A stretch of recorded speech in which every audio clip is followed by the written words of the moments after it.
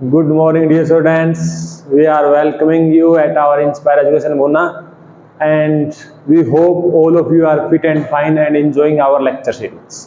जैसे कि बेटा आप सबको पता है, हमने कल जो 12th फिजिक्स का एक नया चैप्टर स्टार्ट किया है, dual nature of matter and radiations. Chapter का मीनिंग क्या था बेटा? कोई भी हमारे पास मैटर है या रेडिएशन है, उनके दोनों नेचर पॉसिबल हैं। एक हम डेली लाइफ में देखते हैं, जैसे हमारे पास मैटर का हमें डेली लाइफ में पता है पार्टिकल नेचर होता है और रेडिएशन का वेव नेचर होता है, लेकिन हमें बेटा मैटर का वेव नेचर प्रूफ करना है इस चैप्टर में और रेडिएशन का पार्टिकल नेचर प्रूफ करना है। तो रेडिएशन का पार्टिकल नेचर प्रूफ करने के लिए बेटा हम पढ़ रहे हैं फोटो इलेक्ट्रिक इफेक्ट। कल हमने फोटो इलेक्ट्रिक इफेक्ट की कुछ बेसिक डेफिनेशंस, कुछ बेसिक्स पैरामीटर कल हमने स्टडी किए थे, कुछ आज स्टडी करेंगे बेटा। और हम फोटो इलेक्ट्रिक इफेक्ट को कल से स्टार्ट करेंगे अच्छे से। आज हम उसका बेस कंप्लीट कर देंगे, फिर आपको बेटा फोटो इलेक्ट्रिक इफेक्ट पढ़ने में कोई दिक्कत नहीं आएगी, बीच में आपको कोई कंसेप्चुअल प्रॉब्लम नहीं आएगी। तो देखो बेटा, एक हम कल डिस्कस कर रहे थे वर्क फंक्शन। क्या डिस्कस कर रहे थे? Work function. वर्क फंक्शन क्या था? कोई भी एक मेटल का सरफेस है, मान लो ये एक मेटल का सरफेस है और इसके ऊपर बेटा इलेक्ट्रॉन्स हैं। तो बेटा इन इलेक्ट्रॉन्स को बाहर निकालने के लिए, देखो मेटल के अंदर फ्री इलेक्ट्रॉन्स होते हैं बेटा, ये फ्री इलेक्ट्रॉन्स है, इनको बाहर निकालने के लिए कुछ मिनिमम एनर्जी रिक्वायर्ड चाहिए। मतलब ऐसे समझो, इसके ऊपर फोटॉन्स फॉल हो रहे हैं। अब उन फोटॉन्स की कम से कम एनर्जी कितनी हो कि उस इलेक्ट्रॉन को बाहर निकाल दे, तो उसका नाम हमने बेटा क्या रखा हुआ? Work function. किससे लिखते हैं? फाई से। ठीक है। अब इसके अंदर बेटा क्या प्रॉब्लम आती है?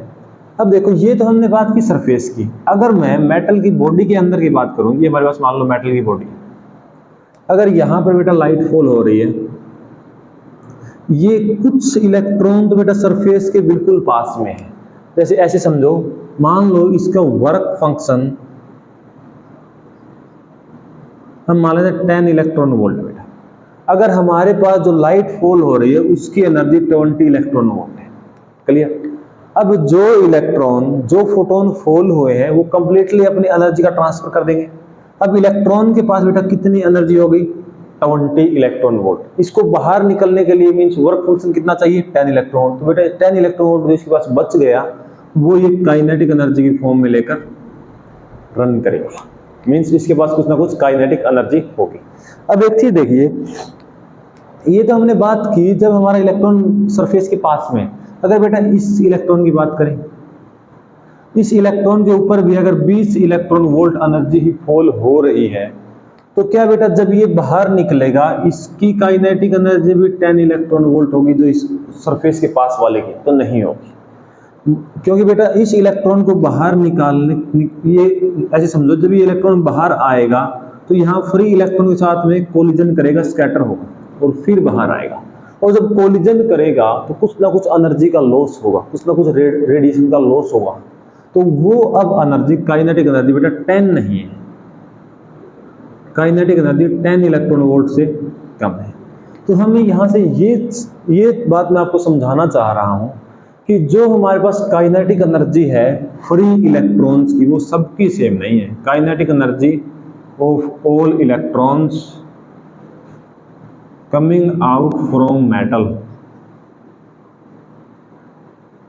Are not same.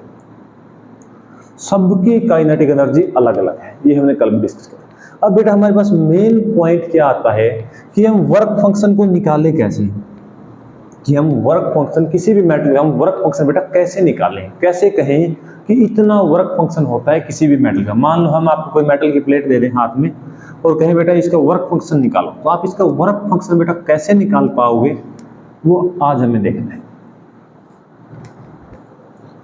ऐसे समझो, ये हमारे पास एक मेटल की प्लेट है, एक क्या है?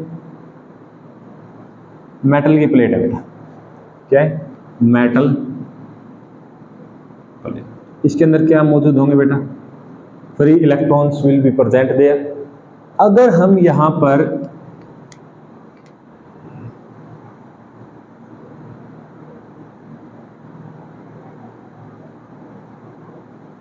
यहां से बेटा रेडिएशन फॉल करवा रहे हैं, या आप कह दो लाइट फॉल करा रहे हैं ऑफ डिफरेंट कलर्स, वो कैसे, मान लो हमने यहाँ पर एक हमारे पास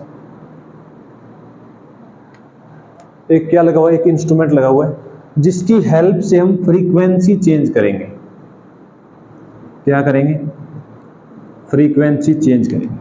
अगर बेटा फ्रीक्वेंसी चेंज होगी तो हमारे पास एच न्यू भी चेंज होगा, और एच न्यू क्या है? एनर्जी।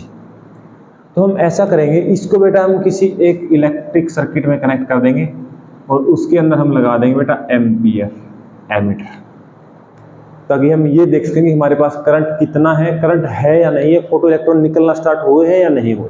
क्योंकि बेटा देखो जब फोटो इलेक्ट्रॉन निकलेंगे तो इस वायर के अंदर से मूव करेंगे, वायर के अंदर से मूव करेंगे तो वहां पे हमें करंट मिल जाएगा। अब एक चीज देखिए बेटा, इसके अंदर अगर हम ऐसे समझें कि यहाँ पर से हम फ्रीक्वेंसी चेंज कर रहे हैं, फ्रीक्वेंसी जैसे जैसे हम इंक्रीज करेंगे, ऐसे समझो फ्रीक्वेंसी को बेटा इंक्रीज कर रहे हैं, तो हम रेड से, आपने ऐसे पढ़ा हुआ है ना, VIBGYOR मीन्स रेड से हम इस साइड आ रहे हैं, फ्रीक्वेंसी इंक्रीज करेंगे तो बेटा अगर किसी एक स्पेसिफिक कलर के ऊपर देखो फ्रीक्वेंसी अगर हम बढ़ा रहे हैं तो जो एनर्जी है एच न्यू वो भी इंक्रीज हो रहा है। फ्रीक्वेंसी के इंक्रीज होने से एनर्जी इंक्रीज मीन्स कभी ना कभी किसी एक इंस्टेंट पे तो इन इलेक्ट्रॉन को सफिशिएंट अमाउंट ऑफ एनर्जी मिल जाएगा जिससे ये बाहर निकल जाएंगे।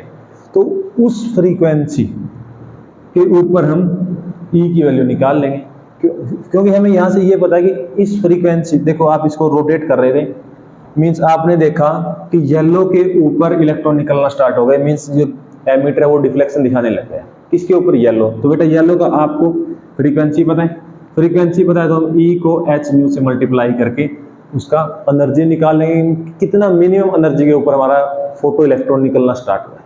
तो यहाँ से इस तरीके से बेटा हम वेव नहीं वर्क फंक्शन निकाल सकते हैं कि कितनी मिनिमम एनर्जी रिक्वायर्ड है। आई होप आपको क्लियर हुआ होगा कि हमें वर्क फंक्शन कैसे निकालना होता है। अब हमारे पास जो सबसे दो इंपॉर्टेंट बातें हैं जो आपको फोटो इलेक्ट्रिक इफेक्ट में परेशान कर सकती हैं, वो अब हम डिस्कस करेंगे वन बाय वन। चलो बेटा डिस्कस करें, स्टार्ट करें। दो पैरामीटर्स हैं, या हम कहते हैं दो फिजिकल क्वांटिटीज हैं। एक हमारे पास इंटेंसिटी है और एक हम बात करेंगे बेटा फ्रीक्वेंसी की। किसकी बात करेंगे? फ्रीक्वेंसी की। और एक बात किसकी कर रहे हैं?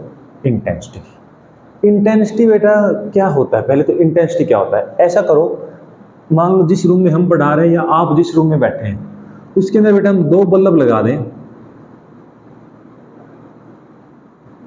एक बल्ब मान लो हमने लगा दिया 100 वाट का और एक बल्ब लगा दिया बेटा आपने 1000 वोट का। मीन्स पावर क्या की उन्हें? 100 वोट और 1000। ठीक है, इतना पावर है। अब क्या होगा, और हम साथ में ये भी डिफाइन कर दें कि दोनों जो बल्ब है वो एक स्पेसिफिक कलर के, किसी भी एक कलर के, मान लो आपने कह दिया रेड कलर के हैं, तो दोनों बल्ब कैसे हैं? रेड कलर के। अगर बेटा दोनों बल्ब रेड कलर के हैं तो दोनों की फ्रीक्वेंसी सेम होगी। क्या चीज सेम होगी? फ्रीक्वेंसी। अगर फ्रीक्वेंसी सेम है तो बेटा इससे निकल क्या रही है? लाइट। बल्ब से लाइट की फ्रीक्वेंसी सेम है, मतलब जो लाइट के अंदर बहुत सारे छोटे छोटे फोटॉन्स हैं, हर एक फोटोन की फ्रीक्वेंसी सेम है। अगर फ्रीक्वेंसी सेम है तो बेटा energy same for each photon, मतलब हर एक फोटोन की एनर्जी इतनी है। अब बेटा इस रूम में एक 100 वाट का बल्ब है और एक 200 वाट, एक 1000 वोट का बल्ब है। किस केस में लाइट ज्यादा चमकेगी? इंटेंसिटी को मैं सिंपली ऐसे कहता हूं, चमक। किस केस में ज्यादा लाइट है रूम में? किस केस में?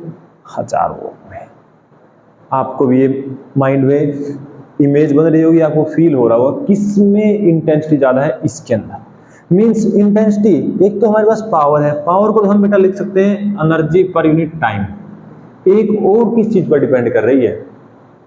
अब आपके माइंड में है, उसको आप ऐसे विजुलाइज करो, अगर मैं इस रूम का जो साइज था, अगर बेटा इस रूम का साइज मैं बड़ा कर दूं तो क्या दोनों रूम में लाइट सेम नहीं हो जाएगी? दोनों रूम में जो लाइट की इंटेंसिटी है क्या वो सेम नहीं हो जाएगी? हो जाएगी। मीन्स इंटेंसिटी किस पर डिपेंड करती है? एरिया के ऊपर। तो energy per unit area per unit time. अगर बेटा सेम रूम ले रहे हैं, फिर दो बल्ब है, एक 100 वाट का और एक 1000 वाट का, फिर हमारे पास इंटेंसिटी अलग आएगी, क्योंकि एनर्जी, फिर देखो टाइम और एरिया सेम हो गए दोनों केस में। तो हमारे केस में, एक केस में जो एनर्जी है वो कम है, एक केस में एनर्जी ज्यादा है।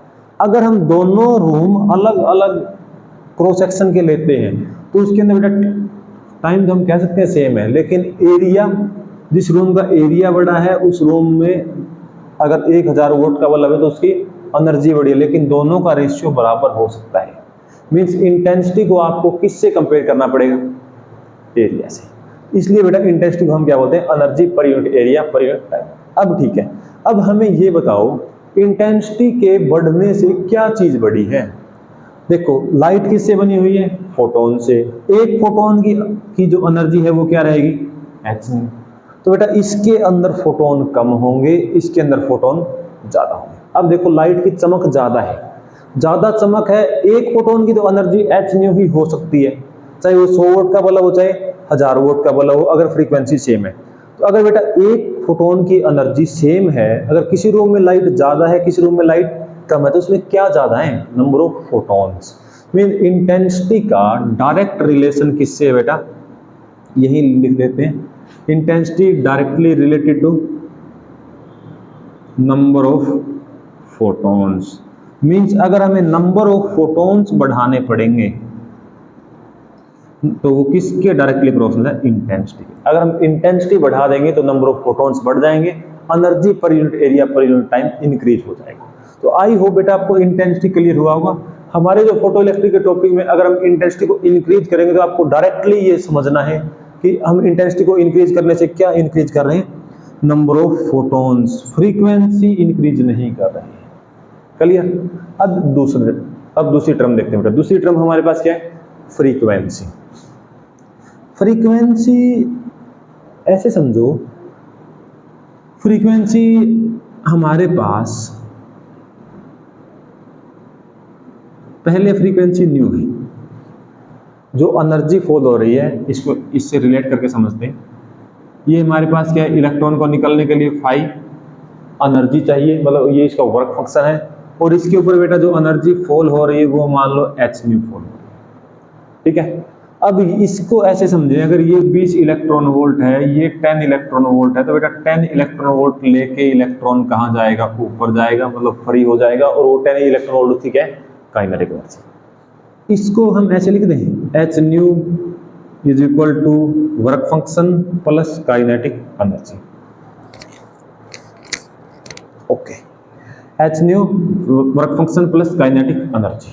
अब एक चीज देखो बेटा, वर्क फंक्शन तो चेंज होने से रहा, किसी मेटल से इलेक्ट्रॉन बाहर निकालने के लिए कितना मिनिमम एनर्जी चाहिए? वो क्या है? Work function. वो एनर्जी फॉल हो रही है उसके ऊपर डिपेंड नहीं कर रहा, वो तो मेटल की प्रॉपर्टी है। तो अगर हम न्यू को इंक्रीज कर दें बेटा, तो हमारे पास काइनेटिक एनर्जी क्या हो जाएगा? इंक्रीज। न्यू को डिक्रीज कर दें, काइनेटिक एनर्जी क्या हो जाएगा? डिक्रीज। मींस न्यू के इंक्रीज करने से जो एनर्जी फॉल हो रही है वो इंक्रीज हो रही है। अगर वो इंक्रीज होगी तो हमारे पास वर्क फंक्शन की वैल्यू उतनी ही रहेगी। क्या इंक्रीज होगी? Kinetic energy. तो बेटा हमें यहां से ये समझना है, kinetic energy of photo electron. Photo electron means जो इलेक्ट्रॉन फोटोन के फॉल होने से इजेक्ट हुए हैं, उनकी काइनेटिक एनर्जी डायरेक्टली प्रोपोर्शनल किसके हैं? फ्रीक्वेंसी। तो ये दो बातें, अगर बेटा ये दो इंपॉर्टेंट पॉइंट्स अगर आपको क्लियर हो जाते हैं तो बेटा फोटो इलेक्ट्रिक जब हम पढ़ेंगे कल से, उसके अंदर आपको 1% भी डाउट नहीं होगा कि हमने कैसे कर दिया। ठीक है बेटा, तो ये था हमारा आज का छोटा सा लेक्चर, जिसमें हमने क्या सीखा? इंटेंसिटी और फ्रीक्वेंसी। ठीक है, अगर इसका आप एग्जांपल देखो, दो बल्ब है बेटा हमारे पास, मान लो इसका वर्क फंक्शन 10 इलेक्ट्रॉन वोल्ट है और यहां से लाइट आ रही है। एक बल्ब है हमारा बेटा येलो और एक बल्ब है रेड। दोनों केस में h तो कांस्टेंट रहना है, दोनों केस में जो एनर्जी है वो h न्यू पर डिपेंड करेगी। h कांस्टेंट है, मतलब जिसकी न्यू फ्रीक्वेंसी ज्यादा है उसका हमारे पास एनर्जी ज्यादा है। फ्रीक्वेंसी बेटा किसका ज्यादा है? रेड का वेवलेंथ ज्यादा होता है, फ्रीक्वेंसी कम है। इसका फ्रीक्वेंसी कम है, इसका फ्रीक्वेंसी ज़्यादा है। फ्रीक्वेंसी कम है तो बेटा इसका एनर्जी कम होगा, तो एनर्जी कम होगी तो जो इलेक्ट्रॉन बाहर निकले उनकी काइनेटिक एनर्जी भी कम होगी। तो इन दोनों का कंपैरिजन करें तो येलो केस में जो काइनेटिक एनर्जी होगी फोटो इलेक्ट्रॉन की वो ज़्यादा होगी। ठीक है, आई होप आपको समझ आया होगा। ये थे बेटे हमारे पास अब तक जो हमने फोटो इलेक्ट्रिक पढ़ा है वो थे हमारे की कंसेप्ट्स, मीन्स उसके ऊपर क्वेश्चन आएंगे कंपटीशन में। ठीक है, हम जो कंप्लीट इसका है एक्सप्लेनेशन, मीन्स देखो कोई भी हमारे पास टॉपिक है उसको करने से पहले उसके अंदर क्या क्या टर्म्स यूज हो रहे हैं वो हमें क्लियर होना जरूरी होता है, इसलिए बेटा हमने ये लेक्चर किया। Okay, I hope all of you have enjoyed a lot. Thank you so much for watching, keep sharing, thank you so much, have a nice day.